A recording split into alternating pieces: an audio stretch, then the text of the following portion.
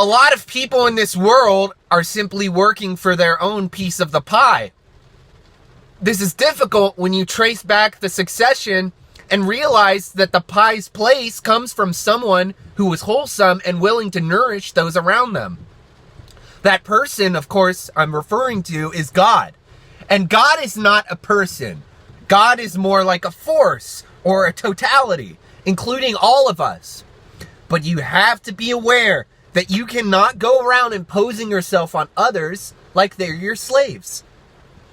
Slaves are not real in today's day and age. We've eliminated slavery through the use of ethics and things like civilization. Because of these things, we find ourselves oftentimes unable to face the reality that we may have been exploiting another person against their own permission. And so we start to ask ourselves what it means to give permission to another person, because sometimes you have to control people in order to bring them to a more idealized state. Using this knowledge, lots of things begin to make a lot of sense. You can actually meta-contextualize your own understanding of the experiences that you've gone through. Experiences that very well may lead to your own false understanding. So you have to think about this and begin to ask yourselves the important questions.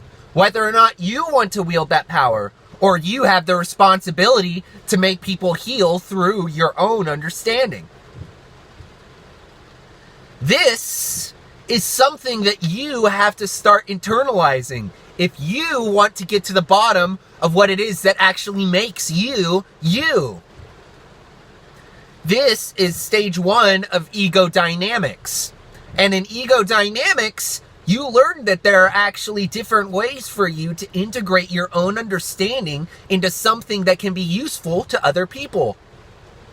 This is why I've decided to take the time to become this sort of thing to begin with, because of the fact that I know that it's going to return to me in the first place.